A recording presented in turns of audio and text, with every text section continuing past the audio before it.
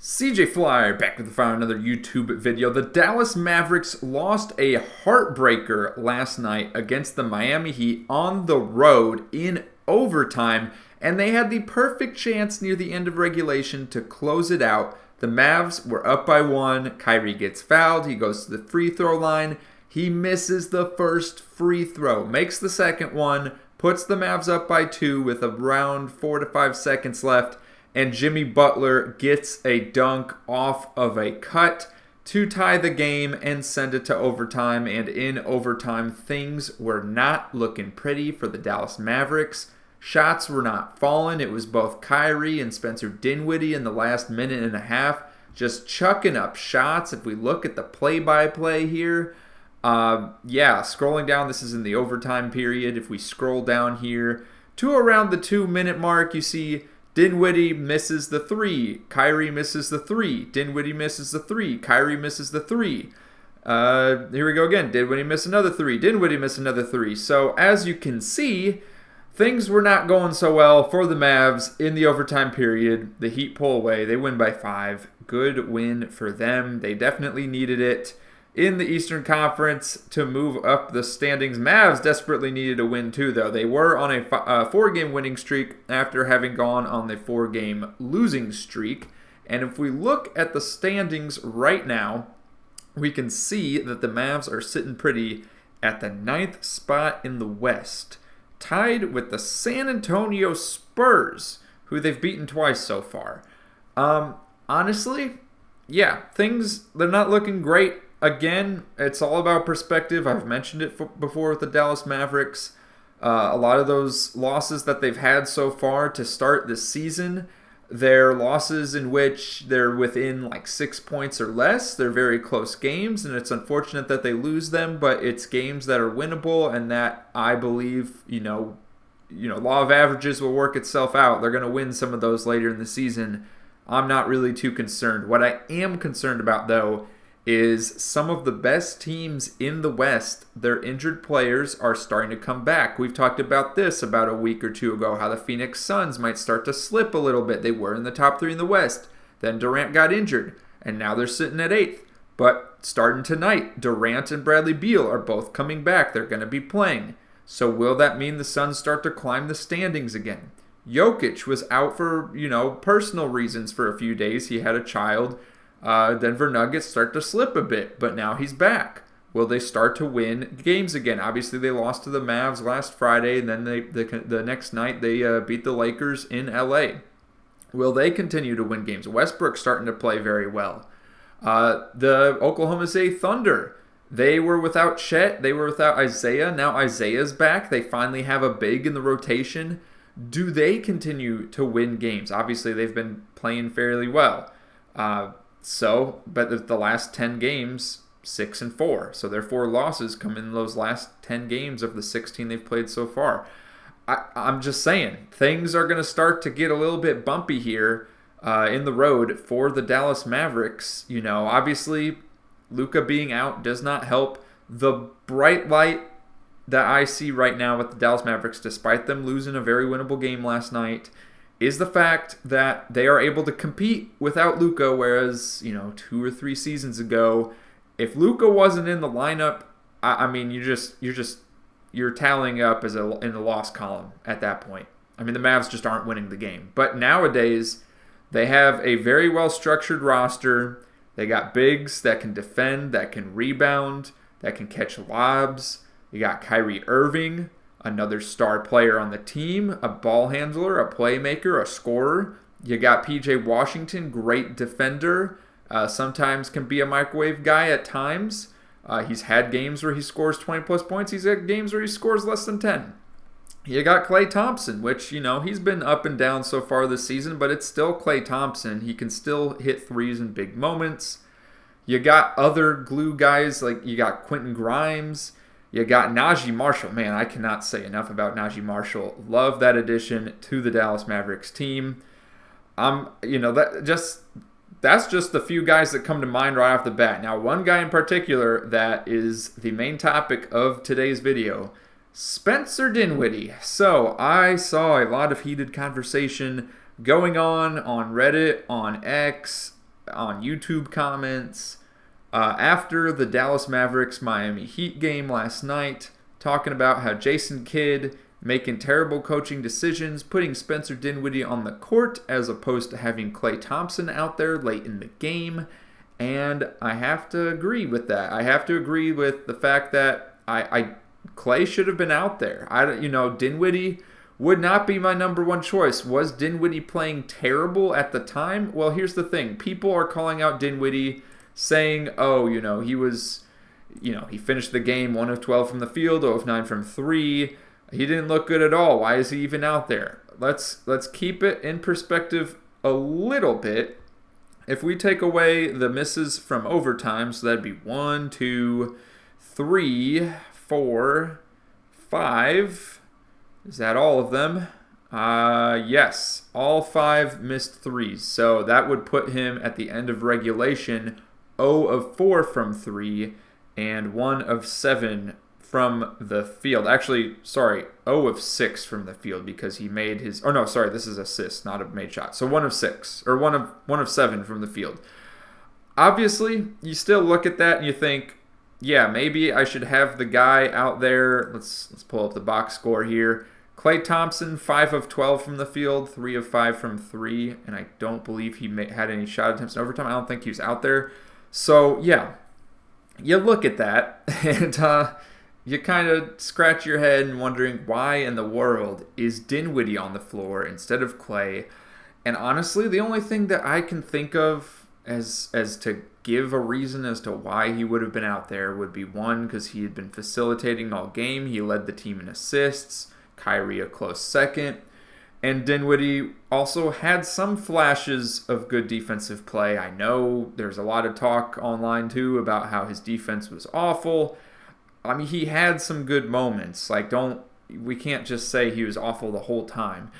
But again, that being said, I don't know how you can justify having Dinwiddie out there instead of Klay. And something else I want to talk about with Klay Thompson that concerns me as a Dallas Mavericks fan is I attended it was the Mavs versus Spurs game. It was the first City Edition uniform game. What was that, a week ago? 2 weeks ago?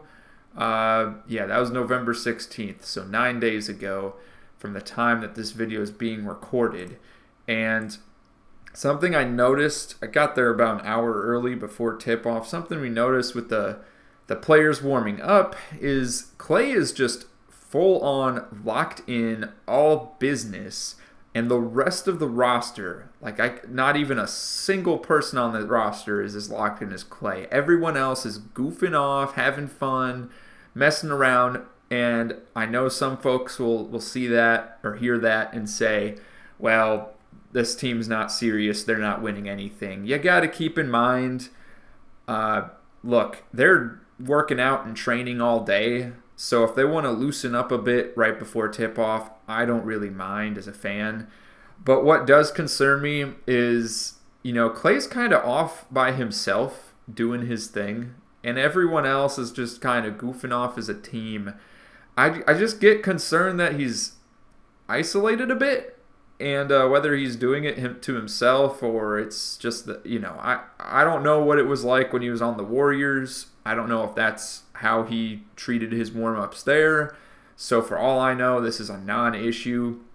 But the fact that he seems to be on his own during the team warm-ups, he hasn't really built a lot of off-the-court chemistry with the rest of the team yet, it seems. And in addition to that, the playing time is very inconsistent and very just nonsensical. It doesn't make sense why he wasn't out there in overtime over Dinwiddie. Why? I get Spencer Dinwiddie is a, supposed veteran for the franchise. He had big moments for the team a couple years ago during his first run with the Mavs. But that's the only logical reasons I can think is, again, one, he was facilitating throughout the game. Two, he had some flashes of good defense. And then the third thing I want to bring up now, again, in regards to the whole him versus Klay Thompson conundrum, is maybe this is Kidd trying to give Dinwiddie a chance to do something special now, and if he's not able to perform in clutch moments in the regular season or in the first half of the season. Perhaps this is just like a tryout of sorts, you know? I mean, the regular season is the best time to be trying out different unique lineups, different plays, different combinations of guys going out there, different matchups, versus the playoffs. You know, you don't want to be experimenting too much in the playoffs. So I look at this, perhaps it's Jason Kidd's way of experimenting with his different players and giving Dinwiddie the chance to prove himself now, instead of just, you know, winging it and throwing him out there in the playoffs. I don't know. Just a thought, but maybe I am just a naive, way too optimistic Mavs fan. Well, share your thoughts in the comments down below. I'd be interested to hear some other discussion, some other perspectives from you guys, and see what you all think. Again, I'm not too upset about the loss yesterday. I know a lot of people are, and I know it's, you know, the ebbs and flows of the season get very difficult. I know it was a very tough game to watch, but I'm not losing sleep over it. I'm not too worried about these Dallas Mavericks. Obviously, they're in a play-in slot right now, but it's still 17 games into an 82-game season, playing without the best player. And the fact that this team is able to compete without its best player, they beat the Nuggets without Luka, and with the Nuggets having Jokic. I mean, that just speaks volumes to how tough this team is. Najee Marshall, I can't say enough about him. He's just a phenomenal player, and I feel like that contract is going to look like a steal in a couple years. Kyrie, of course, doing Kyrie things. Quentin Grimes has had moments where he's really good. He didn't have the best game last night, but Quentin Grimes. And then obviously Derek Lively and Gafford are always looking great out there. PJ on defense, oh my goodness. I don't care if he scores 20 or if he scores 2 points. His defense is the most valuable asset to this team as far as what he can provide. Man, I'm just looking forward to the rest of the season. I'm pretty hype about this team still. Still bullish, if you will. Let me know your thoughts in the comments down below. And before we end this video, as we always do, we're going to predict the next games on the schedule. We've been keeping track in the spreadsheet here, comparing to the FanDuel Sportsbook betting odds. Again, I'm not promoting, encouraging that you use FanDuel.